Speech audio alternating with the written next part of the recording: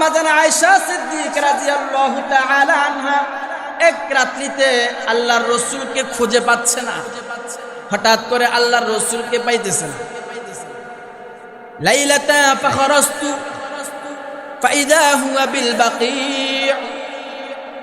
এবার আম্মা জান আয়েশা সিদ্দিকার ভিতরে ভয় ঢুকলো, কিরে নবীজিকে দেখা যায় না। প্রতিদিন আল্লাহর রাসূল আমার হুজরায় আমার ঘরে আসে, আজকে কেন আমার নবী আমার ঘরে আসলো না? নবীকে খুঁজবার জন্য আম্মা জান আয়েশা সিদ্দিকা রাদিয়াল্লাহু তাআলা আনহা বেরিয়ে গেলেন। লাইলাতান ফাখরাস্তু ফাইদা হুয়া বিল বাকি। খুঁজতে খুঁজতে আম্মা জান আয়েশা সিদ্দিকা রাদিয়াল্লাহু তাআলা আনহা নবী আরবিকে জান্নাতুল বাকিতে পাইলেন। জান্নাতুল বাকি হলো মদিনার মধ্যে সবচেয়ে বড় কবরস্থান, যেখানে অনেক অনেক সাহাবায়ে কেরামদেরকে দাফন করা হয়েছে, যেটাকে বলা হয় জান্নাতুল বাকি, মানে জান্নাতের একটা অংশ, যেখানে দামি দামি সাহাবায়ে কেরামরা শুয়ে আছে। লাইলাতান ফাখরাস্তু ফাইদা হুয়া বিল বাকি। আল্লাহর রাসূল জান্নাতুল বাকিতে গেলেন। জান্নাতুল বাকিতে যাওয়ার পরে ফাকালা আকুনতি তাখাফিনা আন ইয়াহিফাল্লাহু আলাইকা ওয়া রাসূলুহু। আম্মা জান আয়েশা সিদ্দিকা জান্নাতুল বাকিতে গিয়ে দেখার পরে নবীজিকে বলল, ওগো আল্লাহর রাসূল, আমি তো বড় চিন্তায় ছিলাম। আল্লাহর রাসূল বলে, ফাকালা আকুনতি তাখাফিনা আন ইয়াহিফাল্লাহু আলাইকা ওয়া রাসূলুহু। তুমি কি মনে করেছো তোমার উপরে আল্লাহ এবং তার রাসূল অবিচার করবে, জুলুম করবে, এমন কিছু চিন্তা করেছো? আম্মা জান আয়েশা সিদ্দিকা বলে, কুলতু ইয়া রাসূলুল্লাহ ইন্নী জানান্তু আন্নাকা আতাইতা বা'য নিসাইক। আমি তো মনে করেছি আপনি আমার হুজরা ছেড়ে আপনার অন্য কোন বিবির ঘরে আপনি গিয়েছেন, আমি তো ধারণা করেছি। কুলতু ইয়া রাসূলুল্লাহ, হে আল্লাহর রাসূল, ইন্নী জানান্তু, আমি তো ধারণা করেছি, আন্নাকা আতাইতা বা'য নিসাইক, অন্য কোন বিবির ঘরে গেছেন কিনা আমি তো সেটা ধারণা করলাম। নবী আরবি বলে, ফাকালা ইন্নাল্লাহা আযযা ওয়া জাল্লা ينزل ليلة النصف من شعبان إلى السماء الدنيا فيغفر لأكثر من عدد شعر من غنم كلب। আল্লাহর রাসূল বলে, আয়েশা জানো কি আজকের রাত্রটা কোন রাত্র? যেই রাত্রিতে আমি তোমার বিছানা ছেড়ে দিয়ে আমি জান্নাতুল বাকিতে আসলাম, ওটা হলো আল্লাহর কসম খেয়ে বলি, ইন্নাল্লাহা আযযা ওয়া জাল, আল্লাহ তাআলা এই রাত্রিটাকে এত গুরুত্বের সাথে ঘোষণা দিয়েছেন, ইয়ানজিলু লাইলাতুন নিসফি মিন শাবান ইলা সামাঈদ দুনিয়া। এই রাত্রিতে আল্লাহ তাআলা প্রথম আসমানে চলে আসে, ফায়াগফিরু, আল্লাহ তাআলা ক্ষমা করে, লিআকসারা মিন আদাদি শা'রিন গনামিন কালবিন। আল্লাহর রাসূল বলে, জানো কি পরিমাণ গুনাহ আল্লাহ তাআলা আজকের রাত্রিতে আল্লাহ তাআলা তার বান্দা বান্দিকে ক্ষমা করবে। জানো কি ও আয়েশা? নবী আরবি তখন আয়েশাকে উদাহরণ দিয়ে বলে, হে আয়েশা, বনি কালব এমন একটি গোত্র আছে, ওই গোত্রের মধ্যে সকলে বকরি চড়াইতো, ওই বকরির মধ্যে পশম বেশি ছিল। আল্লাহর রাসূল বলেন, লিআকসারা মিন আদাদি শা'রিন গনামিন কালবিন। আল্লাহ তাআলা এত পরিমাণ গুনাহ ক্ষমা করে আজকে বনি কালবের বকরির পশমের চেয়ে অধিক পরিমাণ বান্দা বান্দিকে আল্লাহ তাআলা শবে বরাতের রাত্রিতে ক্ষমা করে। বলেন সুবহানাল্লাহ। জানো কি আয়েশা আজকের রাত্রটা কোন রাত্র? ইন্নাল্লাহা আযযা ওয়া জাল্লা ইয়ানজিলু লাইলাতান নিসফি মিন শাবান ইলা সামাঈদ দুনিয়া ফায়াগফিরু লিআকসার মিন আদাদি শা'রিন গনামিন কালবিন। ও মুসলমান, কি কারণে আল্লাহ তাআলা এত পরিমাণ তার বান্দা বান্দিকে নিজ কুদরতি নিজ দয়ায় আজকের রাত্রিতে এত পরিমাণ কেন ক্ষমা করেন? আল্লাহর রাসূল বলে এটা শুধু মুহাম্মদ আরবি আমি নবীর মহাব্বতে, কারণ আল্লাহ তাআলা আমি নবীকে বেশি ভালোবাসেন আর আমার উম্মতকেও আল্লাহ তাআলা বেশি ভালোবাসেন। এই কারণে বান্দা না চাইলো আল্লাহ তাআলা এমন কিছু বান্দা বান্দিকে নিজ থেকে ক্ষমা করবে। আর যারা আল্লাহ তাআলার কাছে আজকে গুনাহ ক্ষমা চাইবে, রিজিক চাইবে, বিপদ থেকে বাঁচতে চাইবে, বিভিন্ন অজুহাত বিভিন্ন জরুরত চাইবে, আল্লাহ তাআলার রাসূল বলেন আল্লাহ তাআলা তাদেরকে নিজ দয়ায় দান করে দিবে। বলেন সুবহানাল্লাহ। এত পরিমাণ গুনাহ আল্লাহ তাআলা ক্ষমা করে, আর এই গুনাহ ক্ষমা করবার জন্য আমরা রাজি, আমরা প্রস্তুত নাই। তো কেমনে আপনি কবরে থাকবেন? কবরে আপনি কিভাবে থাকবেন? কবরের অবস্থাটা কি হবে যেখানে আপনার কোনো সাথী সঙ্গী থাকবে না, আর যেখানে শুধুমাত্র আপনার সাথী সঙ্গী শুধুমাত্র আমল ছাড়া আর অন্য কেউ থাকবে? শুধু আমল ছাড়া অন্য কিছু আপনার সঙ্গী হবে না, শুধু আমলটাই আপনার সঙ্গী হবে। তাহলে এই আমল কি সঙ্গী বানাইতে চান না? 3.5 হাত মাটির ঘরে আপনি কি নিয়ে থাকবেন? কিভাবে থাকবেন? পয়গম্বর মুসা কালিমুল্লাহ আমার নবীর উম্মত হওয়ার জন্য আল্লাহ তাআলার কাছে আদেশ, আল্লাহ তাআলার কাছে বলেছেন, আল্লাহ তাআলার কাছে দরখাস্ত করেছেন। একজন পয়গম্বরের কোনো গুনাহ নাই, কিন্তু পয়গম্বর হইয়া আল্লাহ তাআলার কাছে দরখাস্ত করলো, গো আল্লাহ এমন এক পয়গম্বর যা আপনি দুনিয়ার জমিনে পাঠাবেন, ওই পয়গম্বরের উম্মত হতে চাই, নবুয়ত প্রাপ্তি পয়গম্বর হতে চাই না। কারণ ওই পয়গম্বরের উম্মতের দাম এত বেশি হবে, আর ওই পয়গম্বরের উম্মতকে আপনি এত বেশি ভালোবাসেন। আমি দেখলাম ওই পয়গম্বরের উম্মত হইলে আমার জীবন সার্থক হয়ে যাবে। এই কারণে আমি চাই যে আপনি আমাকে আখিরি নবীর উম্মত হিসাবে বানিয়ে ফেলে। সুবহান। নবী আল্লাহ তাআলার কাছে দরখাস্ত করে আখিরি নবীর উম্মত হওয়ার জন্য। আর আপনি আমি কোন দিন দরখাস্ত করলাম? আপনি আমি কয়দিন বললাম যে নবীর উম্মত হওয়ার কারণে মালিক আপনি আমার উপর অনেক বড় দয়া করেছেন, আমি আপনার উপরে আপনার কাছে শুকরিয়া আদায় করতেছি, এমন কয়জনে বলেছে? আল্লাহ তাআলা 4 পয়গম্বরের উপরে কিতাব নাজিল করেছে। বড় বড় 4টি কিতাব 4 পয়গম্বরের উপরে নাজিল করেছেন। এর মধ্যে পয়গম্বর মুসা কালিমুল্লাহ একজন আছে, ছোটখাটো কোনো পয়গম্বর না। আল্লাহ তাআলা দুনিয়ার জমিনে 1 লক্ষ অথবা 2 লক্ষ পয়গম্বর পাঠিয়েছেন, অথচ আমরা কয়জন পয়গম্বরের নাম জানি? 1 লক্ষ পয়গম্বর মানে 1,25,000। 2 লক্ষ পয়গম্বর মানে 2,25,000। তার পয়গম্বর পাঠালেন, কালামুল্লাহর মধ্যে নাম আছে মাত্র 24 জনের। যাদের নাম আসে নাই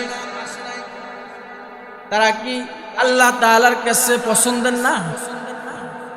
কোন পয়গম্বর কি আল্লাহ তাআলার কাছে অপছন্দের? কোন পয়গম্বরের গুনাহ আছে? কোন পয়গম্বর দেখতে অসুন্দর না। পয়গম্বরদেরকে আল্লাহ তাআলা অনেক সুন্দর করে, অনেক মায়া করে পাঠিয়েছেন এবং তাদেরকে আল্লাহ তাআলার বিশেষ নিয়ামত তাদেরকে দান করেছে। সাধারণ বিষয়। তো যাদের নাম কালামুল্লাহর মধ্যে আসে নাই তারা কি বেদামি হয়ে গেছে নাকি? তাদের গুনাহ বেশি? গুনাহ আছে? কোন পয়গম্বরের গুনাহ? সকল পয়গম্বর বিনা হিসাব জান্নাতে যায়, অথচ কালামুল্লাহর মধ্যে নাম এসেছে মাত্র 24 জন। যাদের নাম আসে নাই তারা সেলিব্রিটি হয় নাই, এখন তো সেলিব্রিটি জমানা। যাদের নাম আসছে তারা সেলিব্রিটি, বিষয়টা এমন বোঝায়। কিন্তু তাদের দামও আল্লাহ তাআলার কাছে কম নয়। বিদায় হজের ভাষণে আল্লাহর রাসূল প্রায় 1.5 লক্ষ সাহাবায়ে কেরামদেরকে সামনে নিয়ে, 1.25 লক্ষ সাহাবায়ে কেরামদেরকে সামনে নিয়ে ভাষণ দিয়েছিলেন। 1.25 লক্ষ সাহাবায়ে কেরামদেরকে সামনে নিয়ে ভাষণ দিয়েছেন। কিন্তু কিতাবের মধ্যে খুঁজলে পাওয়া যাবে মাত্র 10,000, বাকি 1,15,000 সাহাবীর নাম নাই। যাদের নাম আসে নাই তারা কি আল্লাহ তাআলার কাছে বেদামি? সাহাবাদের দাম কত বেশি! আল্লাহ তাআলা বলেন রাদিয়াল্লাহু আনহুম ওয়ারাদু আন, আমি আল্লাহ তাআলা তাদের প্রতি সন্তুষ্ট। বলে মুহাম্মাদুর রাসূলুল্লাহ ওয়াল্লাযীনা মাআহু আশিদ্দাউ আলাল কুফফার রুহামাউ বাইনাহুম তারাহুম রুকআন সুজদান ইয়াবতাগুনা ফাদলাম মিনাল্লাহি ওয়া রিদওয়ানা সীমাহুম ফি উজুহিহিম মিন আসারিস সুজুদ যালিকা মাসালুহুম ফিত তাওরাত ওয়া মাসালুহুম ফিল ইনজিল كزرع أخرج شطأه فآزره فاستغلظ فاستوى على سوقه يعجب الزراع ليغيظ بهم الكفار وعد الله الذين آمنوا وعملوا الصالحات منهم مغفرة وأجرا عظيما سبحان الله تعالى মাগফিরাতের ঘোষণা দিলেন সাহাবায়ে কেরামদের, এবং কি মহা প্রতিদান দিবেন সাহাবায়ে কেরামদেরকে, কারণ তারা এত সুন্দরভাবে তারা তাদের জীবন সাজিয়েছে। আল্লাহ তাআলা তাদের প্রতি সন্তুষ্ট হয়ে গেলেন, আর তাদেরকে আল্লাহ তাআলা বিভিন্নভাবে বিভিন্ন জায়গায় প্রশংসা করেছেন। এটাই আল্লাহ তাআলা মানুষকে বলে দিতে চায়, ও আনিওয়ালা আমার বান্দা বান্দিরা, তোমরা ঈমানকে নবায়ন করো, ঈমানকে সুন্দর করো। কাদের মতো ঈমানকে সুন্দর করবে? যারা তোমাদের ঈমানের মডেল হবে। তোমাদের ঈমানের মডেল কারা? তারা হলো সাহাবায়ে কেরাম।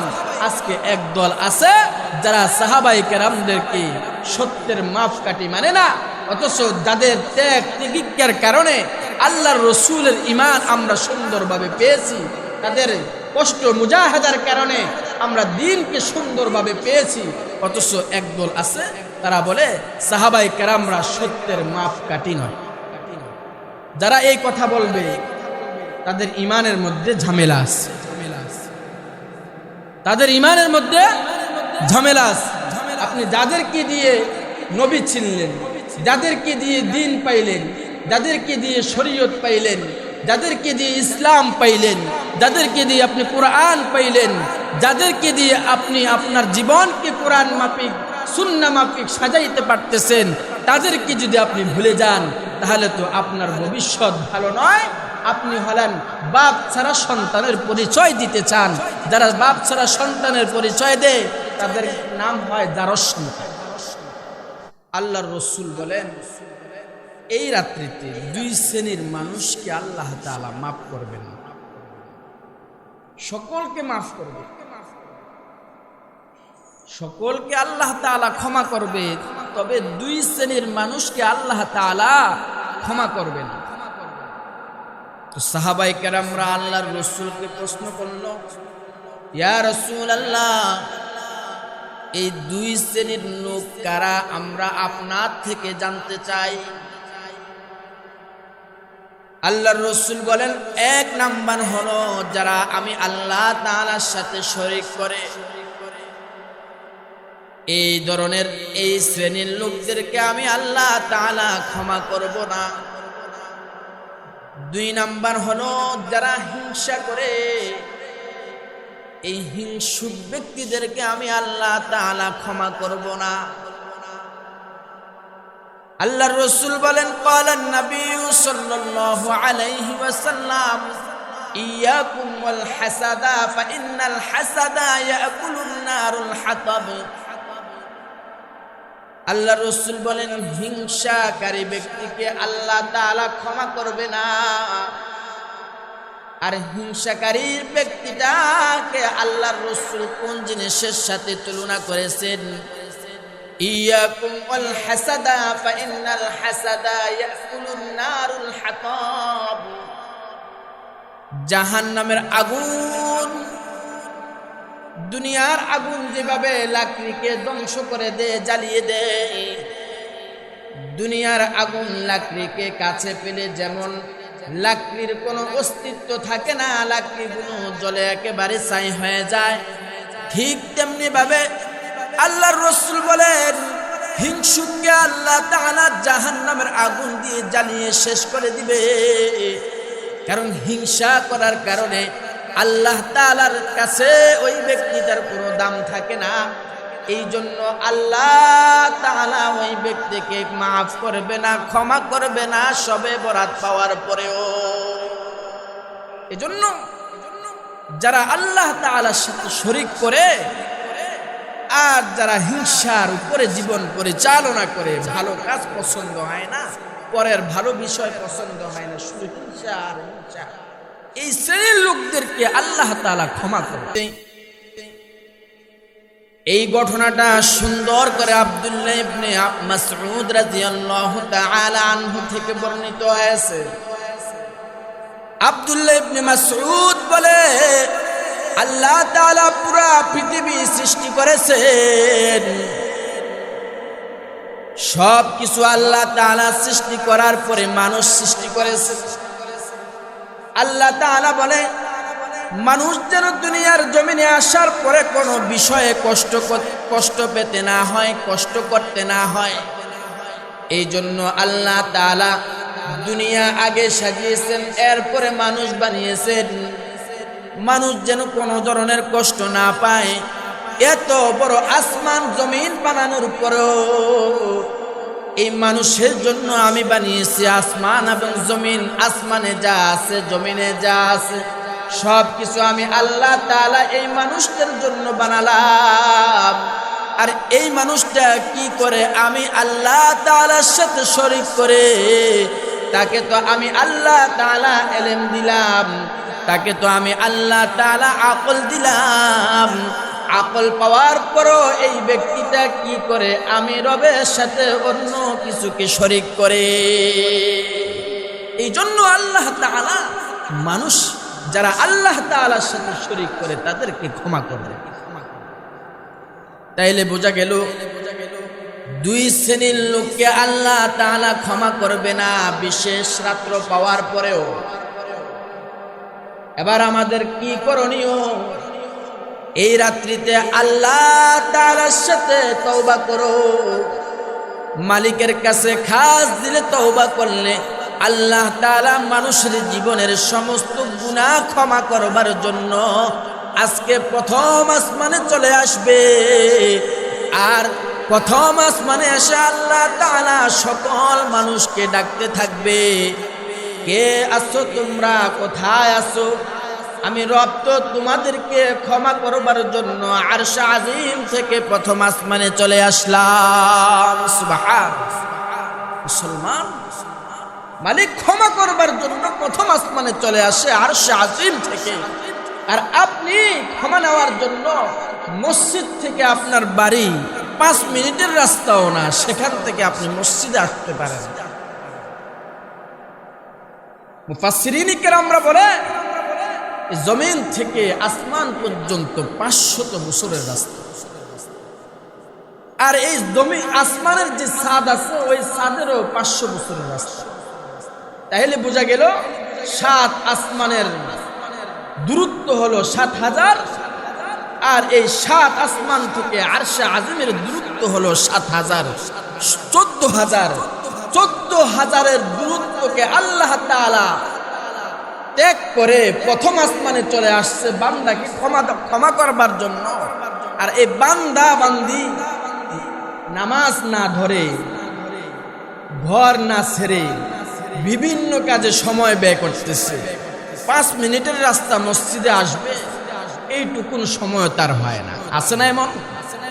আমার মালিক যদি এত দূরের রাস্তা ছেড়ে দিয়ে নিজের আরশে আজিম চেয়ারকে ছেড়ে দিয়ে প্রথম আসমানে চলে আসতে পারে বান্দাকে ক্ষমা করবার জন্য, আর আমার আপনার গুনাহ কি আমি আপনি মাফ করাবার জন্য আজকের রাতে শবে বরাতের রাতে মসজিদে কি আসতে পারি না? ও যুবক, তোমরা তো বিভিন্ন জায়গায় সময় ব্যয় করো প্রতিদিনে, আজকে কি কমাস কম মালিকের ঘরে সময় দিতে পারো না? ভাইরা আমার, যারা এভাবে সময়টুকুন বাহিরে কাটায় তাদের ব্যাপারে তো আল্লাহ তাআলারও ধমক, নবী আলাইহিস সালাতু ওয়াস সালামেরও ধমক।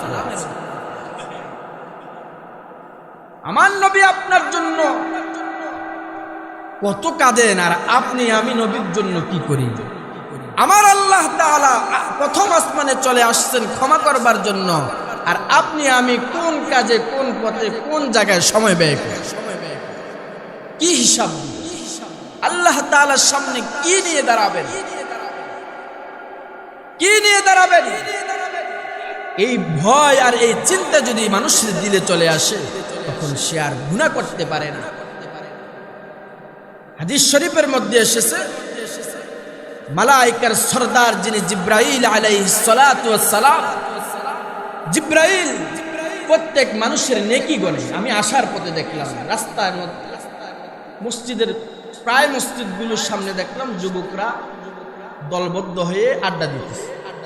এদিকে আসার পথে নামাজ চলতেছে মসজিদে, যুবকরা বাহিরে আড্ডা দিতেছে। এদিক দিয়ে আসার পথে দেখলাম যুবকরা আড্ডা দিতেছে। এই হচ্ছে আমাদের ইয়ং জেনারেশনদের অবস্থা, যুবকদের হাল। অথচ কে কখন মারা যাবে সেটার কোনো নিশ্চয়তা নাই। জিব্রাইল বলে, আমি সকল মানুষের ইবাদত সওয়াব গণনা করে শেষ করতে পারি, তবে আমি এমন কিছু জমিনের উপরে বান্দা বান্দি আছে, তাদের সওয়াব তাদের ইবাদত আমি গণনা করে শেষ করতে পারি না। এরা কারা? জিব্রাইল বলে, যুবক যুবতী যাদের বয়স মাত্র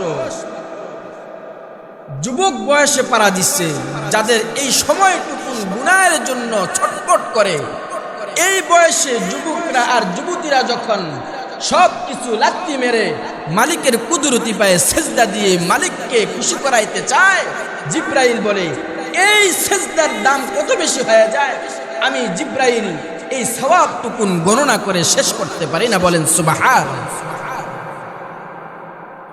জিব্রাইল বলে, আসমান থেকে জমিনের মধ্যে বৃষ্টি বর্ষণ হয়, এক লাগাতার ঘন্টা ব্যাপী ঘন্টা, দিন ব্যাপী দিন যদি আসমান থেকে জমিনের মধ্যে বৃষ্টি হয়, কয় ফোঁটা বৃষ্টি জমিনের মধ্যে বর্ষণ হয়েছে আমি এইটুকুনো গণনা করতে পারি। কত ফোঁটা বৃষ্টি জমিনের মধ্যে পড়েছে সেটাও আমি গণনা করে শেষ করতে পারি। যুবক বয়সে যুবক যুবতীরা যখন আল্লাহ তাআলার গোলামিতে লিপ্ত হয়ে যায়, আর এই সওয়াবটুকুন আমি জিব্রাইল গণনা করে শেষ করতে পারি না। বলেন সুবহানাল্লাহ। এত পরিমাণ সওয়াব যুবক বয়সে আল্লাহ তাআলা যুবক ভাইদের ইবাদতের মধ্যে এত পরিমাণ ঢেলে দেয়, যেটা জিব্রাইলও গণনা করে শেষ করতে পারে, যেটা জিব্রাইলও গণনা করে শেষ করতে পারে না। আর এই ইবাদতটুকুন থেকে আমরা মাহরুম, বঞ্চিত, দূরে। এই হচ্ছে আমাদের অবস্থা, এই হলো আমাদের অবস্থা। এজন্য যারা এখনো দূরে, এই দূরে থাইকা সময় নষ্ট না করে মসজিদে আইসা একটু বসলো, আল্লাহ তাআলার রহমত পাওয়া যায়। জিলাপির সময় ঠিকই মসজিদ পুরে যাবে, তখন আর এলাকার মধ্যে কোনো যুবক থাকবে না, সবাই চলে আসবে জিলাপি নেওয়ার জন্য। কিন্তু তুমি ইবাদত নিবা না, জিলাপি নিবা, তো তোমারে তো কবরের মধ্যে আযাব দিব, জান্নাত দিবে না। তোমাকে তো আল্লাহ তাআলা জাহান্নাম দিবে, জান্নাত দিবে না। কারণ তুমি দুনিয়ার জমিনে এই লাইলাতুল বরাতের রাত্রিতেও তুমি জিলাপির জন্য আসছো, নামাজের জন্য আসো নাই। তো আল্লাহ বলবে, তুমি জিলাপির জন্য মসজিদে গেছো, নামাজের জন্য যাও নাই, তো আমি আল্লাহ তাআলাও তোমাকে জান্নাত দেব না, জাহান্নাম। এবার বুঝেন, সহ্য করে নেওয়া যায় কিনা, যাবে কিনা। আমার রসুলের চাচা আবু তালেব আবু তালেব আমার নবীর জন্য কি না করেছে, কি না করেছে, এত পরিমাণ নবীকে সহযোগিতা করেছে। অথচ আবু তালেব ছিল কাফের, বেঈমান।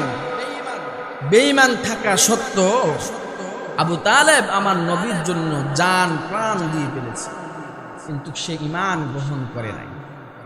আল্লাহর রাসূল শেষ বয়সে আবু তালেবের কাছে গিয়ে বলে, চাচা মনে হয় না আপনি বেশি দিন বাঁচবেন, আমি নবী তালকিন দিচ্ছি, আপনি শুধু আমার জবানের সাথে জবান নাড়াবেন, আপনার জবানটুকু নাড়াবেন আমি নবীর সাথে, শুধু আপনি আমাকে শোনাবেন আর কাউকে নয়।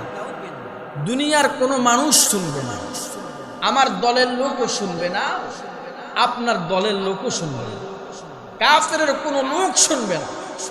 আর আমিও নবী আপনার জবান থেকে এই কথা শোনার পরে মক্কার কোনো কাফেরদের কাছে বলবো না, এটা আমি নবীর কাছে আমানত রাখবো, গোপন রাখবো, শুধুমাত্র আপনি আমাকে শোনান।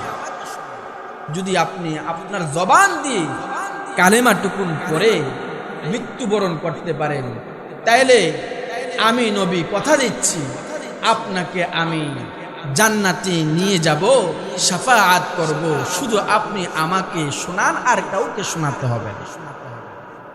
আবু তালেব বলে, ভাতিজা শেষ মুহূর্তে এসে তোমার কানে কানে আমি বলবো আর আমি আমার ধর্ম ছেড়ে দিব, এটা হতে পারে না। আমি আগেও যে ধর্মে ছিলাম এখনো সেই ধর্মেও আছি, আর ওই ধর্ম নিয়ে আমি মরতে চাই। কিন্তু সে ধর্ম গ্রহণ করে নাই। আল্লাহ তাআলা বলে, হাবিব হেদায়েতের মালিক হলাম আমি আল্লাহ তাআলা, আপনি নবী চেষ্টা করার মালিক, চেষ্টা করবেন কিন্তু হেদায়েত আপনি দিতে পারবেন না। হেদায়েত তো আমি আল্লাহ তাআলা দেব। যদি তার কপালে হেদায়েত না থাকে, আপনি নবী হাজার চেষ্টা করার পরও তাকে হেদায়েত আপনি দিতে পারবেন না, কারণ হেদায়েতের চাবিকাঠি তো আমি মালিক আহকামুল হাকিমিনের কাছে। শেষ পর্যন্ত বেঈমান হয়েই মারা গেছে। কিন্তু এই আবু তালেবকে যেই জাহান্নামের আযাব টুকুন দিবে, এক জোড়া জাহান্নামের আগুনের জুতা পরিধান করিয়ে, আর আবু তালেব মনে করবে এটাই মনে হয় জাহান্নামের সবচেয়ে কঠিন আযাব। কারণ এই জাহান্নামের এক জোড়া জুতা পরিধান করার সাথে সাথে মুফাসসিরিন কেরামরা বলেন, এই তাপটুকুন মাথায় গিয়ে এমন ভাবে হিট করবে, মাথার মগজগুলো মুহূর্তের মধ্যে টকবক করে উতরাইতে থাকবে, মনে হয় যেন বাতের মার উতরাইতেছে। আর আবু তালেব এই জুতাগুলো পরিধান করার পরে চতুর্দিকে দৌড়াদৌড়ি করতে থাকবে, কিন্তু জাহান্নামের আযাব তো তাকে এমন ভাবে পরিধান করিয়ে দিয়েছে, সে যেখানে যাবে সেখানে তার সাথে জাহান্নামের আযাব চলতে থাকে। কারণ তার সাথে তো জাহান্নামের আযাব ফিট করে দিয়েছে, একজোড়া জুতা পরিধান করে দিয়েছে। এই জুতা তো আর কেউ খুলতে পারবে না, এটা তো আল্লাহ তাআলার পক্ষ থেকে পরানো এক জুতা, এটা তো মানুষ চাইলে খুলতে পারবে না, কোনোভাবে সম্ভব হবে না। এই হচ্ছে জাহান্নামের আযাবের ভয়াবহ, এ হচ্ছে জাহান্নামের কঠিন আযাব, যেটা একেবারে নিম্ন। তাও নবীর খাতিরে এই ছোট আযাবটা শুধুমাত্র আবু তালেবকে দিবে, কারণ ওই যে দুনিয়াতে সে আল্লাহর রাসূলকে বিভিন্নভাবে সহযোগিতা করেছে, এই কারণে সহযোগিতার কারণে এই আযাবটুকু আল্লাহ তাআলা আবু তালেবকে। আমি আজকে শহর থেকে আসার সময় দেখলাম মসজিদের চতুর্পাশ দিয়ে লাল নীল বাতি, ঝলক বাতি লাগায় রাখছে। মসজিদের এমন ভাবে সাজাইছে মনে হয় যেন বিয়ে বাড়ি সাজাইছে। তো এটা নিয়ে আমার কোনো আপত্তি নাই, কিন্তু আমার মনে মনে একটা কথা জাগলো যে মসজিদ সে ঝলক বাতি দিয়ে সাজাইছে, আর মসজিদ সুন্দর দেখা যায়। মসজিদ সুন্দর দেখাবার জন্য চতুর্পাশ দিয়ে যে ঝকঝক কর্নেওয়ালা বাতি লাগাইলো, যারা লাগাইছে তাদের ইবাদতটাও তো এরকম ঝকঝক হওয়া আছে। মসজিদকে সুন্দর করতে হবে বিষয়টা তো এমন নয়, কিন্তু ইবাদত সুন্দর হতে হবে, কলব সুন্দর হতে হবে। ইবাদত সুন্দর না হলে হাজারো মসজিদ তুমি লাল নীল বাতি দিয়ে সাজাইলেও কাজ হবে না, যদি তোমার ইবাদতটুকুন এভাবে না সাজাও, এভাবে সুন্দর না বানাও। আল্লাহ তাআলা তো শুধু মানুষের ইবাদতটুকুন চায়, আর এই ইবাদতটা যেন সুন্দর হয়, ভালো হয়, কোনো ধরনের খারাপই না থাকে, কোনো ধরনের গুনাহ না থাকে, বুরাই না থাকে, শিরিক বেদাত, কলিল অল্প আমল নাজাতের জন্য যথেষ্ট কেন বললো? ওই ইবাদতটা যেন সুন্দর হয়, ওই ইবাদতটা যেন দামি হয়। আর এই ইবাদতটা যদি সুন্দর হয়, এই সুন্দর ইবাদতের কারণে সে জান্নাত পাবে। ইবাদত অনেক বেশি কিন্তু সুন্দর না, ইবাদত অনেক বেশি, এটার মধ্যে শিরিক, এটার মধ্যে জিনার ছোঁয়া আছে, এটার মধ্যে সুদের ছোঁয়া আছে, এটার মধ্যে ঘুষের ছোঁয়া আছে, এটার মধ্যে হারামের ছোঁয়া আছে, এটার মধ্যে গীবতের ছোঁয়া আছে, এটার মধ্যে বিভিন্ন ধরনের খারাপ কাজের ছোঁয়া আছে। এই ইবাদতকে আল্লাহ তাআলা পছন্দ করে। অনেক মানুষ আছে সে খারাপ কাজও করে আবার ইবাদত করে, সে সারাদিন খারাপ কাজও করে আবার মাঝে মধ্যে ইবাদত করে। তাহলে খারাপটাকে একেবারে ছেড়ে দিতে হবে, এরপরে গিয়ে আপনি ভালো কিছু আশা করতে পারেন, আর এই ভালোটা আল্লাহ তাআলার কাছে তখন কবুল হবে। যে এই রাত্রটা এমন ভাবে তওবা করতে হবে, যেইভাবে তওবা করলে আল্লাহ তাআলা আপনার আমার তওবা কবুল করবে। এমন ভাবে ক্ষমা চাইতে হবে যে অতীতে যা করছি আর করব না, কান্নাকাটি করে তওবা করলে এই তওবা, এই ক্ষমা আল্লাহ তাআলা কবুল করবে। এমনি এমনি দিয়ে দিবে। আপনি আবার সকালে ওইটা আরেকজনের জিনিস চুরি করবেন, আপনি তওবা করছেন এটা কোনো রকম, সকালে যাই আরেকজনের জিনিস চুরি করবেন, আবার আগের মতো খারাপ কাজে লিপ্ত হবেন, তাহলে তো এই তওবা আল্লাহ তাআলা কবুল করবে না, আর এই তওবাও আল্লাহ তাআলা পছন্দ করে না। কেমন তওবা পছন্দ করে? যেই তওবাটা আল্লাহ তাআলার পছন্দ অনুযায়ী হয়, এমন ভাবে তওবা করতে হবে। যদি এমন ভাবে তওবা করতে পারি, তাহলে আল্লাহ তাআলা আপনারা আমার তওবা কবুল করবে, জীবনও পরিবর্তন করে দিবে। যাদের জীবন পরিবর্তন হয়ে যাবে, দেখবেন তারা সব সময় ভালো কাজের মধ্যে সময় কাটায়, খারাপ থেকে বাঁচতে চায়, খারাপ কাজ থেকে নিজেকে হেফাজতে রাখতে চায়। যদি আমরা এইভাবে চলতে পারি আর করতে পারি, তাহলে আমাদের জীবন সুন্দর হবে। আর যদি কোন রকম, তাহলে এই ইবাদত আল্লাহ তাআলার কাছে পছন্দ হবে না, আর আপনি গুনাহ ক্ষমা করে যেতে পারবেন। এজন্য তওবাটা ওইভাবেই করা, যাতে আপনার আমার তওবাটা আল্লাহ তাআলার কাছে পছন্দনীয় হয়। এমন ভাবে তওবা, যেই রাত্রির ব্যাপার, যেই রাত্রের বিষয়, যেই রাত্রের এত দাম, কেন এত দাম, কি কারণে আল্লাহ তাআলা এই রাতের ব্যাপারে কথা বলেছে? অনেকে বলে শবে বরাতের রোজা 3টা, শবে বরাতের রোজা 2টা। এই যে যারা বলে শবে বরাতের রোজা 3টি, শবে বরাতের রোজা 2টি, এই কথা সহিহ হাদিসে নাই। এটা কোনো সঠিক কথা নয়, কারণ শবে বরাতের রোজা হলো একটি, শবে বরাতের রোজা একটি।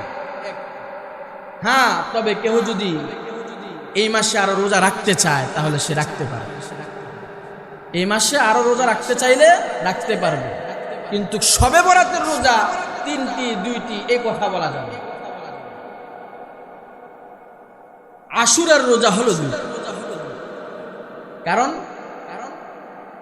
তখন খ্রিস্টান ইহুদিরাও রোজা রাখে, এই কারণে আল্লাহর রাসূল বলছেন আরেকটি রোজা বাড়িয়ে রাখ, তাদের সাথে যেন আমাদের ইবাদত না মেলে। কিন্তু শবে বরাতের রোজা 2টি 3টি এই কথা হাদিস শরীফের মধ্যে নাই। তবে হাদিস শরীফের মধ্যে যে কথাটুকু আসছে সেটা হলো শবে বরাতের রাত্রির দাম আর 15 তারিখের দিনের দাম কত বেশি সেটা আল্লাহর রাসূল হাদিস শরীফের মধ্যে উল্লেখ করেছে। অতএব যারা রোজা বেশি রাখবে তাতে সওয়াব হবে। কারণ কেন শাবানের দাম বাড়লো, কেন এই মাসের দাম বাড়লো, কেন এই মাসকে আল্লাহ তাআলা এত ফজিলতওয়ালা বানালো, আমি আপনাদেরকে আগেও জানাইছি। আল্লাহর রাসূল এই মাসে অধিক পরিমাণ রোজা রাখতেন। কেন রাখতেন? রমজানের প্রস্তুতিমূলক আল্লাহর রাসূল এই মাসে অধিক পরিমাণে রোজা রাখতেন, যাতে করে পরের মাসে রোজা রাখতে আমাদের জন্য সহজ। আর আল্লাহর রাসূল তো এমনিতেই সপ্তাহে 2 দিন রোজা রাখতেন, সেটা হলো সোমবার আর বৃহস্পতিবার। তো আল্লাহর রাসূল সোমবারে কেন রোজা রাখতেন আর বৃহস্পতিবারে কেন রোজা রাখতেন? সোমবারে আল্লাহর রাসূল দুনিয়ার জমিনে আগমন করেছেন, এই কারণে আল্লাহর রাসূল শুকরিয়া তান সোমবারে রোজা রাখতেন। আর বৃহস্পতিবারে আল্লাহর রাসূল কেন রোজা রাখতেন?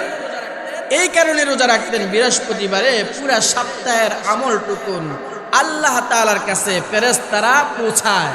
এজন্য নবী বলে, যদি আমি বৃহস্পতিবারে রোজা রাখি, এমন সময় যদি ফেরেশতারা আমার আমলটুকুন আল্লাহ তাআলার কাছে পৌঁছায়, তখন তো এই আমলটুকুন রোজার হালতে আল্লাহ তাআলার কাছে পৌঁছবে।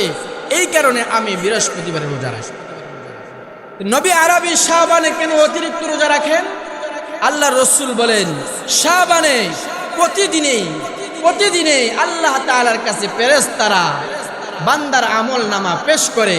অন্য মাসে সপ্তাহে 1 দিন পেশ করত আমল নামা, আর শাবান মাসে ফেরেশতারা প্রতিদিনই বান্দার আমল নামা আল্লাহ তাআলার কাছে পেশ করে।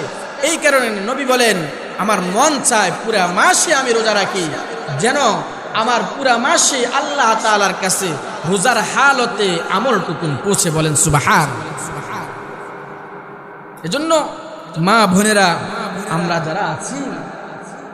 আমরা যারা পুরুষরা আছি, বাড়ির ভিতরে পর্দানিশীল যে সমস্ত মা বোনেরা আছে, প্রত্যেকের ব্যাপারে এই কথা, প্রত্যেকের ব্যাপারে এই হাদিস। চাইলে পুরুষরাও রাখতে পারে, চাইলে মহিলারাও এই রোজা রাখতে পারে। রাখলে আল্লাহ তাআলা এর বিনিময়ে দান করবেন, সওয়াব দিবেন, গুনাহ মাফ হবে।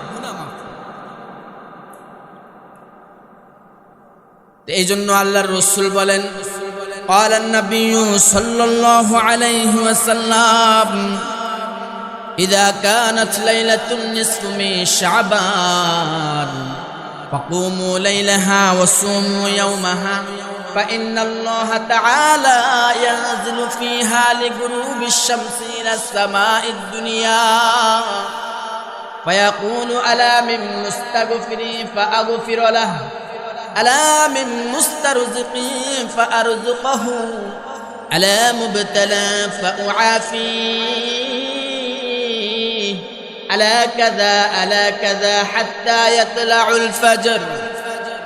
নবী আরবি বলে, শাবানের 15তম রাত্রিতে আল্লাহ তাআলার কাছে কেন এত বেশি দাম? নবী আলাইহিস সালাতু ওয়াস সালাম বলে, ইযা কানাত লাইলাতুন নিসফু মিন শাবান, 15 তারিখ শাবানের 15তম রজনীতে আল্লাহ তাআলা প্রথম আসমানে চলে আসে। ফাকুমু লাইলাহা ওয়াসুমু ইয়াওমাহা, আল্লাহ তাআলার রাসূল বলেন, কেহ যদি রাত্রিবেলা দাঁড়ায়া ইবাদত করে আর দিনের বেলা যদি রোজা রাখে, ফাকুমু লাইলাহা, রাত্রিবেলা যদি দাঁড়ায়া আল্লাহ তাআলার ইবাদত বন্দেগী করে, ওয়াসুমু ইয়াওমাহা, দিনের বেলা যদি রোজা রাখে, ফা ইন্নাল্লাহ তাআলা ইয়ানজিলু ফিহা লিগুরুবিশ শামসি ইলাস সামাঈদ দুনিয়া, আল্লাহ তাআলা আরশ আজিম থেকে প্রথম আসমানে চলে আসে।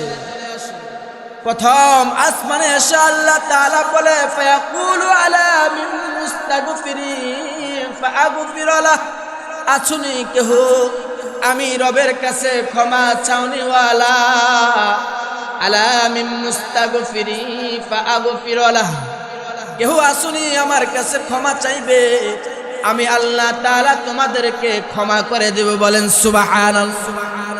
আল্লাহ বলে আলা মিন মুস্তারজিকি ফাআরযুকহু, এই এতক্ষণ তো আমি ঘোষণা দিলাম ক্ষমার ঘোষণা, এবার আসুনি কেউ রিজিক চাওনিওয়ালা আমার কাছে রিজিক চাও। আলা মিন মুস্তাগফিরি ফাআগফির আলা আলা মিন মুস্তারজিকি ফাআরযুকহু, আমি আল্লাহ তাআলা তোমাদেরকে রিজিক দিব। আলা মিন মুবতালা ফাউআফি, আল্লাহর রাসূল বলে আল্লাহ তাআলা প্রথম আসমানে এসে বান্দাদেরকে ডাকে, এ আমার বান্দা বান্দিরা, আসুনি কোনো বিপদগ্রস্ত কোনো লোক আমার কাছে বিপদ থেকে বাঁচার জন্য দোয়া চাও, আসুনি পেরেশান থেকে বাঁচার জন্য এমন কোন লোক আমার কাছে পেরেশান থেকে বাঁচার জন্য দোয়া চাও। আলা কাদা হাত্তা ইয়াতলাউল ফজর, আল্লাহর রাসূল বলে আল্লাহ তাআলা এইভাবে মাগরিব থেকে নিয়ে ফজর পর্যন্ত প্রথম আসমানে এসে বান্দা বান্দীদেরকে ডাকে, এ আমার কোন বান্দা বান্দি আসুনি। আলা কাদা হাত্তা ইয়াতলাউল ফজর, এভাবে ফজর পর্যন্ত ডাকতে থাকে। আর আমরা যারা এই রাত্রিতে মালিকের কাছে ক্ষমা চাইব, নবীর ভাষ্য অনুযায়ী আল্লাহর রাসূলের কথা অনুযায়ী আশা করা যায় মাপ পাওয়া যাবে। নবীর কথা অনুযায়ী আশা করা যায় আল্লাহ তাআলা আপনাকে আমাকে রিজিক দিবে। নবীর কথা অনুযায়ী আল্লাহ তাআলা আপনাকে আমাকে বিপদ থেকে বাঁচাবে। নবীর কথা অনুযায়ী এইটুকুন বোঝা যায় আল্লাহ তাআলা কাছে যাই চাবে তাই পাওয়া যাবে, কারণ আল্লাহ তাআলা স্পেশালি ভাবে বান্দাকে কিছু দেওয়ার জন্য প্রথম আসমানে চলে আসে। এবার মুফাসসিরিন কেরামরা বলে আল্লাহ তাআলা নিজের আরশ আজিম ছেড়ে দিয়ে কেন প্রথম আসমানে চলে আসে? মুফাসসিরিন কেরামরা বলে শুধুমাত্র হাবিবুল্লাহর খাতিরে আসে। হাবিবুল্লাহ হলো আল্লাহ তাআলার বন্ধু। আর নবীর উম্মতেরা দুনিয়ার জমিনে কিয়ামত পর্যন্ত থাকবে, আর এই উম্মতের হায়াত হবে খুবই কম। এই উম্মত অল্প হায়াত নিয়ে যখন মালিকের কাছে যাবে, ইবাদত যদি বেশি না হয়, তাহলে এই উম্মতকে আল্লাহ তাআলা কিভাবে শ্রেষ্ঠত্ব উম্মতের মর্যাদা দিবে? এই কারণে আল্লাহ তাআলা ক্ষমা করবার জন্য প্রথম আসমানে চলে আসে। বান্দা বান্দিকে ক্ষমা করবার জন্য, বান্দা বান্দির আমলকে বাড়াবার জন্য, বান্দা বান্দিকে শ্রেষ্ঠ নবীর শ্রেষ্ঠ উম্মত বানাবার জন্য, নবীর খাতিরে অন্য কোন পয়গম্বরের উম্মতকে শবে মেরাজ দেন নাই, অন্য কোন নবীর উম্মতকে আল্লাহ তাআলা শবে বরাত দেন নাই, অন্য কোন নবীর উম্মতকে আল্লাহ তাআলা মাস ব্যাপী রোজা দেন নাই, অন্য কোন নবীর উম্মতকে আল্লাহ তাআলা লাইলাতুল কদর দেন নাই। কেন দেন নাই? আল্লাহ বলে আমার নবী হলো শ্রেষ্ঠ, শ্রেষ্ঠ পয়গম্বরের শ্রেষ্ঠত্ব উম্মতকে আমি আল্লাহ তাআলা ময়দানে মাহশারে এমন ভাবে হাজির করব, তারা বেশি আমল নিয়ে উঠবে। আর আমি আল্লাহ তাআলা গর্ব করে বলবো, ওই যে ফেরেশতারা বলেছিল ওয়াইদ ক্বালা রাব্বুকা লিল মালাইকাতি ইন্নী জাইলু ফিল আরদি খলিফা ক্বালু আতাজআলু ফিহা মান ইফসিদু ফিহা ওয়া ইয়াসফিকুদ দিমা ওয়া নাহনু নুসাব্বিহু বিহামদিকা ওয়া নুকদ্দিসু লাক ক্বালা ইন্নী আ'লামু মা লা তা'লামুন। আল্লাহ তাআলা মানুষ বানাবার আগে ফেরেশতাদের সাথে কথোপকথন করলো। ফেরেশতারা বলল, ওগো আল্লাহ, দুনিয়ার জমিনে খলিফা বানাবার কোনো দরকার নাই। ওয়াইদ ক্বালা রাব্বুকা লিল মালাইকাতি ইন্নী জাইলু ফিল আরদি খলিফা, আল্লাহ বলে খলিফা পাঠাইতে চাই। এবার ফেরেশতারা বলে ওয়াইদ ক্বালা রাব্বুকা লিল মালাইকাতি ইন্নী জাইলু ফিল আরদি খলিফা ক্বালু আতাজআলু ফিহা মান ইফসিদু ফিহা ওয়া ইয়াসফিকুদ দিমা। তারা তো দুনিয়ার জমিনে এসে ফিতনা ফাসাদ করবে, তারা তো দুনিয়ার জমিনে এসে আপনার হুকুম সঠিকভাবে আদায় করবে না, তারা তো দুনিয়ার জমিনে এসে আপনার কথা সঠিকভাবে পালন করবে না, আপনাকে সঠিকভাবে পালন করবে না, আপনার নবীর সুন্নাহ অনুযায়ী চলবে না। কেন আপনি তাদেরকে দুনিয়ার জমিনে পাঠাবেন? কেনই বা আপনি তাদেরকে দুনিয়ার জমিনে পাঠায়া এই বাহিনীকে পাঠায়া দুনিয়ার মধ্যে বিশৃঙ্খলা সৃষ্টি করতে চাইবেন? আল্লাহ তাআলা বলে, এ ফেরেশতা, ফেরেশতারা বলে, ওয়া নাহনু নুসাব্বিহু বিহামদিকা ওয়া নুকদ্দিসু লাক, আমরা যা কিছু আমাদেরকে আপনি যা কিছু বলেছেন আমরা আপনার কথা অনুযায়ী চলি, কিন্তু মানুষ দুনিয়ার জমিনে এসে আপনার কথা অনুযায়ী চলবে না, আপনার হুকুম মানবে না। অতএব আপনি মানুষকে দুনিয়ার জমিনে পাঠাবার কোনো প্রয়োজন নাই। আল্লাহ তাআলা বলে, ওয়ালা ইন্নী আ'লামু মা লা তা'লামুন, এ ফেরেশতারা, আমি আল্লাহ তাআলা যা জানি তোমরা ফেরেশতারা তা জানো না। আমি আল্লাহ তাআলা যা বুঝি তোমরা তা বুঝো না। দুনিয়ার জমিনে আমি খলিফা বিহীন রাখতে চাই না, খলিফা বানাবো। তবে এই খলিফাদের দাম কখনো কখনো ফেরেশতাদের চেয়ে আল্লাহ তাআলার কাছে বেশি হয়ে যায়। সুবহানাল্লাহ। কখনো কখনো ফেরেশতাদের চেয়েও কিছু কিছু মানুষের দাম আল্লাহ তাআলার কাছে অনেক বেশি বেড়ে। এই কারণে আল্লাহ বলে, তোমরা তো শুধু ইবাদত করো, তোমাদেরকে যাদেরকে বললাম সেজদা দিতে তোমরা সেজদায়ে দাও, যাদেরকে বললাম রুকু দিতে তারা রুকুও দাও, যাদেরকে বললাম দাঁড়িয়ে দাঁড়িয়ে ইবাদত করতে তারা দাঁড়িয়ে দাঁড়িয়ে ইবাদত করো। অথচ আমি যেই বাহিনী দুনিয়ার জমিনে সৃষ্টি করব তারা কিন্তু এক কাজে নিয়োজিত থাকবে না। তারা কখনো আমার ইবাদতে নামাজের মাধ্যমে আমাকে স্মরণ করবে, কখনো তারা জিকিরের মাধ্যমে স্মরণ করবে, কখনো তারা তেলাওয়াতে কোরআনের মাধ্যমে স্মরণ করবে, কখনো তারা সাদকা দিয়ে আমি রবকে স্মরণ করবে, কখনো তারা আমি রবের যাকাত আমার বিধান, কখনো তারা রোজার এবং আমল দিয়ে আমি রবকে স্মরণ করবে, কখনো তারা হজ্জে বাইতুল্লাহ করে আমি রবকে স্মরণ করবে। কিন্তু তোমাদের তো শুধু একটি বিষয়ের সাথে খাস, আর আমি যেই খলিফা দুনিয়ার জমিনে বানাবো তারা একটি বিষয়ের সাথে খাস হবে না, তারা অনেক অনেক রকমের ইবাদত করবে। আর যেই ইবাদতে আমি আল্লাহ তাআলা ওই মানুষের প্রতি সন্তুষ্ট হয়ে যাবে। বলেন সুবহানাল্লাহ। ফেরেশতা তো শুধু এক ধরনের ইবাদত করে, তাদেরকে যেই কথা বলা হয়েছে সেই ইবাদতটুকুনি করে, যাদেরকে যেই কাজে লাগানো হয়েছে তারা সেই কাজই করে। কিন্তু মানুষ তো এক কাজ করে না। এই মানুষ তো কখনো নামাজ পড়ে, কখনো রোজা রাখে, কখনো যাকাত দেয়, কখনো হজ করে, কখনো সাদকা দেয়, কখনো নফল ইবাদত কোরআন তেলাওয়াত করে, জিকির আজকার করে। আল্লাহ বলে, একই মানুষ যখন বিভিন্ন রকমের ইবাদত করবে তখন আমি আল্লাহ তাআলা এই মানুষটার প্রতি সন্তুষ্ট হব না তো কার উপরে সন্তুষ্ট হব? কারণ সে তো আমাকে বিভিন্নভাবে ডাকে, একভাবে ডাকে না।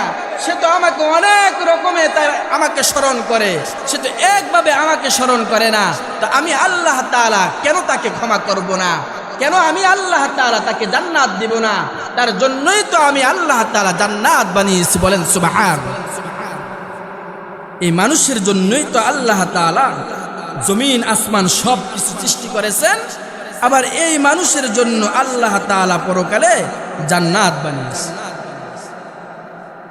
শুধু এই মানুষের জন্য, এই মানুষের জন্য আসমান জমিন বানিয়েছে। আবার এই মানুষের জন্যই আল্লাহ তাআলা জান্নাত এবং জাহান্নামও বানিয়েছে। তবে আমরা দুনিয়ার জমিনে যেটা করে মালিককে খুশি করাইতে পারবো সেটাই আপনার আমার সাথে যাবে।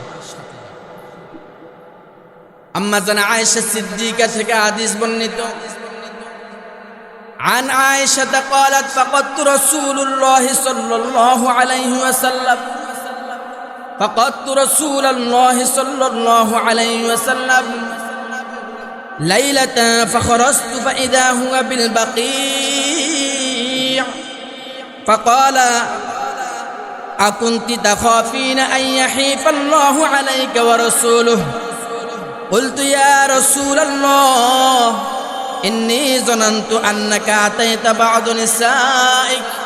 فقال إن الله عز وجل ينزل ليلة النصف من شعبان إلى السماء الدنيا فيغفر لأكثر من আদাদি শা'রিন গনামিন কালবিন আও কামা ক্বালা আলাইহিস সালাতু ওয়াস সালাম।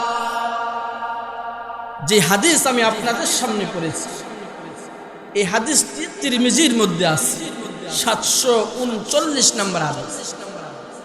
এর আগে যে হাদিস পড়েছি ওই হাদিসটি সহিহ বুখারীতে আছে। ইযা কানাত লাইলাতুন নিসফি মিন শাবান ফাসুমু লাইলাহা ওয়া কুমু ইয়াওমাহা ফাইন্নাল্লাহা তাআলা ইয়ানজিলু ফিহা লিগুরুবিশ শামসি ইলাস সামাঈদ দুনিয়া ফায়াকুলু আলা মিন মুস্তাগফিরিন ফাআগফিরু লাহু আলা মিন মুস্তারজিকিন ফাআরযুকুহু আলা মুবতালা ফাউআফিহি আলা কাযা হাত্তা ইয়াতলাউল ফজর। তবে চমৎকার কথা হলো আম্মা জান আয়েশা সিদ্দিকা বলে, আন আয়েশাতা قالت فقدت رسول الله صلى الله عليه وسلم। হযরত আয়েশা সিদ্দিকা রাদিয়াল্লাহু তাআলা আনহা থেকে হাদিস বর্ণিত, আল্লাহর রাসূল লাইলাতান ফাখরাজতু ফাইদা হুয়া বিল বাকি', শবে বরাতের রাত্রিতে নবী আরবি হুজরা আয়েশা থেকে বের হলেন। হাদিসের রাওয়াত এমন ভাবে এসেছে, আম্মা জান আয়েশা সিদ্দিকা রাদিয়াল্লাহু তাআলা আনহা এক রাত্রিতে আল্লাহর রাসূলকে খুঁজে পাচ্ছে না, হঠাৎ করে আল্লাহর রাসূলকে পাইতেছে না। লাইলাতা ফাখরাজতু ফাইদা হুয়া বিল বাকি'। এবার আম্মা জান আয়েশা সিদ্দিকার ভিতরে ভয় ঢুকলো, কিরে নবীজিকে দেখা যায় না, প্রতিদিন আল্লাহর রাসূল আমার হুজরায় আমার ঘরে আসে, আজকে কেন আমার নবী আমার ঘরে আসলো না? নবীকে খুঁজবার জন্য আম্মা জান আয়েশা সিদ্দিকা রাদিয়াল্লাহু তাআলা আনহা বেরিয়ে গেলেন। লাইলাতান ফাখরাজতু ফাইদা হুয়া বিল বাকি'। খুঁজতে খুঁজতে আম্মা জান আয়েশা সিদ্দিকা রাদিয়াল্লাহু তাআলা আনহা নবী আরবিকে জান্নাতুল বাকিতে পাইলেন। জান্নাতুল বাকি হলো মদিনার মধ্যে সবচেয়ে বড় কবরস্থান, যেখানে অনেক অনেক সাহাবায়ে কেরামদেরকে দাফন করা হয়েছে, যেটাকে বলা হয় জান্নাতুল বাকি, মানে জান্নাতের একটা অংশ, যেখানে দামি দামি সাহাবায়ে কেরামরা শুয়ে আছে। লাইলাতান ফাখরাজতু ফাইদা হুয়া বিল বাকি'। আল্লাহর রাসূল জান্নাতুল বাকিতে গেলেন। জান্নাতুল বাকিতে যাওয়ার পরে ফাকালা আকুনতি তাখাফিনা আন ইয়াহিফাল্লাহু আলাইকা ওয়া রাসূলুহু। আম্মা জান আয়েশা সিদ্দিকা জান্নাতুল বাকিতে গিয়ে দেখার পরে নবীজিকে বলল, ওগো আল্লাহর রাসূল, আমি তো বড় চিন্তায় ছিলাম। আল্লাহর রাসূল বলে, ফাকালা আকুনতি তাখাফিনা আন ইয়াহিফাল্লাহু আলাইকা ওয়া রাসূলুহু। তুমি কি মনে করেছো তোমার উপরে আল্লাহ এবং তার রাসূল অবিচার করবে, জুলুম করবে, এমন কিছু চিন্তা করেছো? আম্মা জান আয়েশা সিদ্দিকা বলে, কুলতু ইয়া রাসূলুল্লাহ ইন্নী জানান্তু আন্নাকা আতাইতা বা'যু নিসাইক। আমি তো মনে করেছি আপনি আমার হুজরা ছেড়ে আপনার অন্য কোন বিবির ঘরে আপনি গিয়েছেন, আমি তো ধারণা করেছি। কুলতু ইয়া রাসূলুল্লাহ, হে আল্লাহর রাসূল, ইন্নী জানান্তু, আমি তো ধারণা করেছি, আন্নাকা আতাইতা বা'যু নিসাইক, অন্য কোন বিবির ঘরে গেছেন কিনা আমি তো সেটা ধারণা করলাম। নবী আরবি বলে, ফাকালা ইন্নাল্লাহা আযজা ওয়া জাল্লা ইয়ানজিলু লাইলাতান নিসফি মিন শাবান ইলাস সামাঈদ দুনিয়া ফায়াগফিরু লিআকসার মিন আদাদি শা'রিন মিন গনামিন কালবিন। আল্লাহর রাসূল বলে, আয়েশা জানো কি আজকের রাত্রটা কোন রাত্র? যেই রাত্রিতে আমি তোমার বিছানা ছেড়ে দিয়ে আমি জান্নাতুল বাকিতে আসলাম, ওটা হলো আল্লাহর কসম খেয়ে বলি, ইন্নাল্লাহা আযজা ওয়া জাল, আল্লাহ তাআলা এই রাত্রিটাকে এত গুরুত্বের সাথে ঘোষণা দিয়েছেন, ইয়ানজিলু লাইলাতুন নিসফি মিন শাবান ইলাস সামাঈদ দুনিয়া। এই রাত্রিতে আল্লাহ তাআলা প্রথম আসমানে চলে আসে, ফায়াগফিরু, আল্লাহ তাআলা ক্ষমা করে, লিআকসারা মিন আদাদি শা'রিন গনামিন কালবিন। আল্লাহর রাসূল বলে, জানো কি পরিমাণ গুনাহ আল্লাহ তাআলা আজকের রাত্রিতে আল্লাহ তাআলা তার বান্দা বান্দিকে ক্ষমা করবে। জানো কি ও আয়েশা, নবী আরবি তখন আয়েশাকে উদাহরণ দিয়ে বলে, এ আয়েশা, বনি কালব এমন একটি গোত্র আছে, ওই গোত্রের মধ্যে সকলে বকরি চড়াইতো, ওই বকরির মধ্যে পশম বেশি ছিল। আল্লাহর রাসূল বলেন, লিআকসারা মিন আদাদি শা'রিন গনামিন কালবিন। আল্লাহ তাআলা এত পরিমাণ গুনাহ ক্ষমা করে আজকে বনি কালবের বকরির পশমের চেয়ে অধিক পরিমাণ বান্দা বান্দিকে আল্লাহ তাআলা শবে বরাতের রাত্রিতে ক্ষমা করে। বলেন সুবহানাল্লাহ। জানো কি আয়েশা, আজকের রাত্রিটা কোন রাত্রি? ইন্নাল্লাহা আযজা ওয়া জাল্লা ইয়ানজিলু লাইলাতুন নিসফি মিন শাবান ইলাস সামাঈদ দুনিয়া ফায়াগফিরু লিআকসার মিন আদাদি শা'রিন গনামিন কালবিন। ও মুসলমান, কি কারণে আল্লাহ তাআলা এত পরিমাণ তার বান্দা বান্দিকে নিজ কুদরতি নিজ দয়ায় আজকের রাত্রিতে এত পরিমাণ কেন ক্ষমা করেন? আল্লাহর রাসূল বলে, এটা শুধু মুহাম্মদ আরবি আমি নবীর মহাব্বতে, কারণ আল্লাহ তাআলা আমি নবীকে বেশি ভালোবাসেন আর আমার উম্মতকেও আল্লাহ তাআলা বেশি ভালোবাসেন। এই কারণে বান্দা না চাইলো আল্লাহ তাআলা এমন এমন কিছু বান্দা বান্দিকে নিজ থেকে ক্ষমা করবে। আর যারা আল্লাহ তাআলার কাছে আজকে গুনাহ ক্ষমা চাইবে, রিজিক চাইবে, বিপদ থেকে বাঁচতে চাইবে, বিভিন্ন অজুহাত বিভিন্ন জরুরত চাইবে, আল্লাহ তাআলার রাসূল বলেন আল্লাহ তাআলা তাদেরকে নিজ দয়ায় দান করে দিবে। বলেন সুবহানাল্লাহ। এত পরিমাণ গুনাহ আল্লাহ তাআলা ক্ষমা করে, আর এই গুনাহ ক্ষমা করবার জন্য আমরা রাজি, আমরা প্রস্তুত নাই। তো কেমনে আপনি কবরে থাকবেন? কবরে আপনি কিভাবে থাকবেন? কবরের অবস্থাটা কি হবে যেখানে আপনার কোনো সাথী সঙ্গী থাকবে না, আর যেখানে শুধুমাত্র আপনার সাথী সঙ্গী শুধুমাত্র আমল ছাড়া আর অন্য কেউ থাকবে? শুধু আমল ছাড়া অন্য কিছু আপনার সঙ্গী হবে না, শুধু আমলটাই আপনার সঙ্গী হবে। তাহলে এই আমল কি সঙ্গী বানাইতে চান না? 3.5 হাত মাটির ঘরে আপনি কি নিয়ে থাকবেন? কিভাবে থাকবেন? পয়গম্বর মুসা কালিমুল্লাহ আমার নবীর উম্মত হওয়ার জন্য আল্লাহ তাআলার কাছে আদেশ, আল্লাহ তাআলার কাছে বলেছেন, আল্লাহ তাআলার কাছে দরখাস্ত করেছেন। একজন পয়গম্বরের কোনো গুনাহ নাই, কিন্তু পয়গম্বর হইয়া আল্লাহ তাআলার কাছে দরখাস্ত করলো, গো আল্লাহ, এমন এক পয়গম্বর যা আপনি দুনিয়ার জমিনে পাঠাবেন, ওই পয়গম্বরের উম্মত হতে চাই, নবুয়ত প্রাপ্তি পয়গম্বর হতে চাই না। কারণ ওই পয়গম্বরের উম্মতের দাম এত বেশি হবে, আর ওই পয়গম্বরের উম্মতকে আপনি এত বেশি ভালোবাসেন। আমি দেখলাম ওই পয়গম্বরের উম্মত হইলে আমার জীবন সার্থক হয়ে যাবে। এই কারণে আমি চাই যে আপনি আমাকে আখিরি নবীর উম্মত হিসাবে বানিয়ে ফেলে। সুবহান। নবী আল্লাহ তাআলার কাছে দরখাস্ত করে আখিরি নবীর উম্মত হওয়ার জন্য। আর আপনি আমি কোন দিন দরখাস্ত করলাম?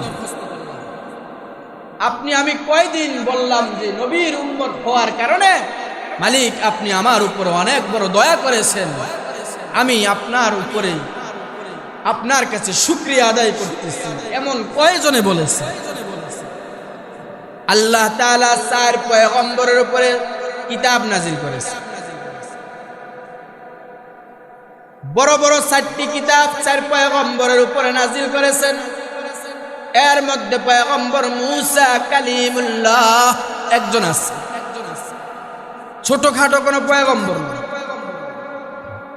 আল্লাহ তাআলা দুনিয়ার জমিনে 1 লক্ষ অথবা 2 লক্ষ পয়গম্বর পাঠিয়েছেন, অথচ আমরা কয়জন পয়গম্বরের নাম জানি? 1 লক্ষ পয়গম্বর মানে 1,25,000। 2 লক্ষ পয়গম্বর মানে 2,25,000। তার পয়গম্বর পাঠালেন, কালামুল্লাহর মধ্যে নাম আছে মাত্র 24 জনের।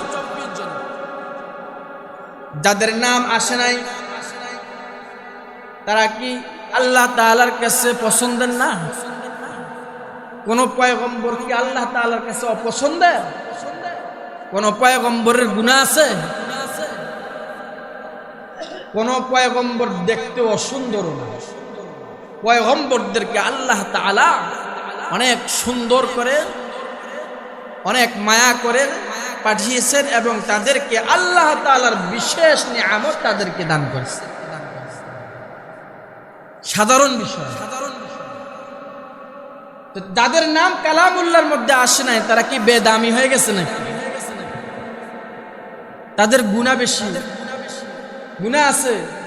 কোন পয়গম্বরের গুনাহ? সকল পয়গম্বর বিনা হিসাব জান্নাতে যায়, অথচ কালামুল্লাহর মধ্যে নাম এসেছে মাত্র 24 জন। যাদের নাম আসে নাই তারা সেলিব্রিটি হয় নাই। এখন তো সেলিব্রিটির জমানা। যাদের নাম আসছে তারা সেলিব্রিটি, বিষয়টা এমন বোঝায়। কিন্তু তাদের দামও আল্লাহ তাআলার কাছে কম নয়। বিদায় হজের ভাষণে আল্লাহর রাসূল প্রায় 1.5 লক্ষ সাহাবায়ে কেরামদেরকে সামনে নিয়ে 1 লক্ষ সাহাবায়ে কেরামদেরকে সামনে নিয়ে ভাষণ দিয়েছিলেন। 1 লক্ষ সাহাবায়ে কেরামদেরকে সামনে নিয়ে ভাষণ দিয়েছেন। কিন্তু কিতাবের মধ্যে খুঁজলে পাওয়া যাবে মাত্র 10,000। বাকি 1,15,000 সাহাবীর নাম নাই। যাদের নাম আসে নাই তারা কি আল্লাহ তাআলার কাছে বেদামি? সাহাবাদের দাম কত বেশি! আল্লাহ তাআলা বলেন, রাদিয়াল্লাহু আনহুম ওয়া রাদু আন, আমি আল্লাহ তাআলা তাদের প্রতি সন্তুষ্ট।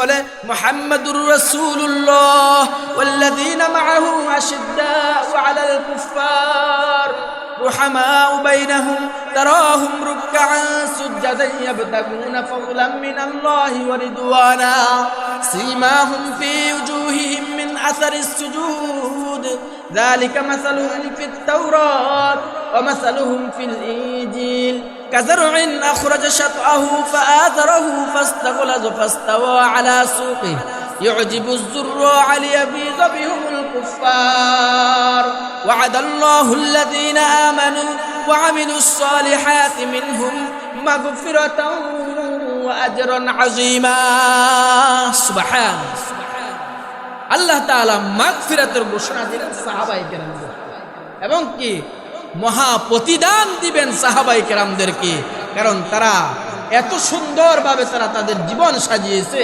আল্লাহ তাআলা তাদের প্রতি সন্তুষ্ট হয়ে গেলেন আর তাদেরকে আল্লাহ তাআলা বিভিন্নভাবে বিভিন্ন জায়গায় প্রশংসা করেছেন।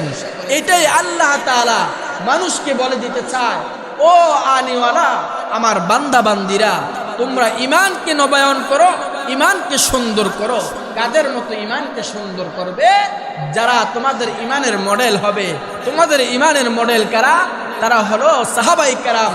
আজকে একদল আছে যারা সাহাবায়ে কেরামদেরকে সত্যের মাপকাঠি মানে না, অথচ যাদের ত্যাগ তিতিক্ষার কারণে আল্লাহর রাসূলের ঈমান আমরা সুন্দরভাবে পেয়েছি, তাদের কষ্ট মুজাহাদার কারণে আমরা দ্বীনকে সুন্দরভাবে পেয়েছি। অথচ একদল আছে তারা বলে সাহাবায়ে কেরামরা সত্যের মাপকাঠি নয়। যারা এই কথা বলবে তাদের ঈমানের মধ্যে ঝামেলা আছে, তাদের ঈমানের মধ্যে ঝামেলা আছে।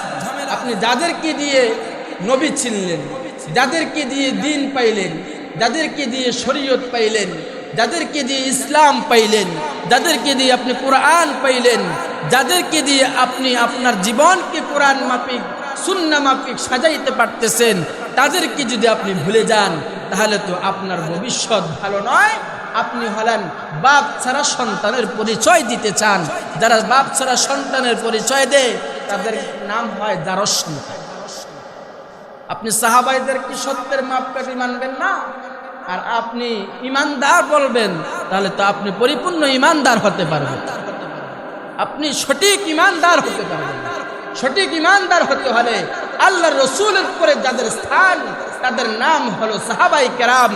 তাদেরকে আপনি সত্যের মাপকাঠি মানতে হবে। তাদেরকে যদি আপনি সত্যের মাপকাঠি মানেন তাহলে আপনি জান্নাত পাবেন, জান্নাতের পথ পাবেন। এটাই আল্লাহ তাআলা বলেছে, ওমান ইউতিইল্লাহা ওয়ার রাসূল ফাউলাইকা মাআল্লাযীনা আন'আমাল্লাহু আলাইহিম মিনান নাবিয়্যিনা ওয়াস-সিদ্দীকিনা ওয়াশ-শুহাদাই ওয়াস-সালিহিন ওয়া হাসুনা উলাইকা রাফীকা। ওয়া হাসুনা উলাইকা রাফীকা। যদি এদেরকে সিদ্দিকদেরকে, সিদ্দিক কারা? আল্লাহ রসুলের পরে যার মাকাম, আবু বকর, তিনি তো সাহাবী, তিনার মাকাম আল্লাহ তাআলা এত কেন বাড়াইলেন? তার ঈমান সুন্দর ছিল, কিন্তু ইসলাম গ্রহণ করার পরে এত লম্বা হায়াত পান নাই, অল্প হায়াত পেয়েছে। কিন্তু অল্প হায়াতে নবীর থেকে এমন ভাবে সে ঈমান পেয়েছে, আমল শিখেছে, তার আমলটা, তার ঈমানটা আল্লাহ তাআলা পছন্দ করে নিয়েছে। আর এই কারণে আল্লাহ তাআলা বলেছে, তোমার স্থান হলো নবীদের পরে। বলেন সুবহানাল্লাহ।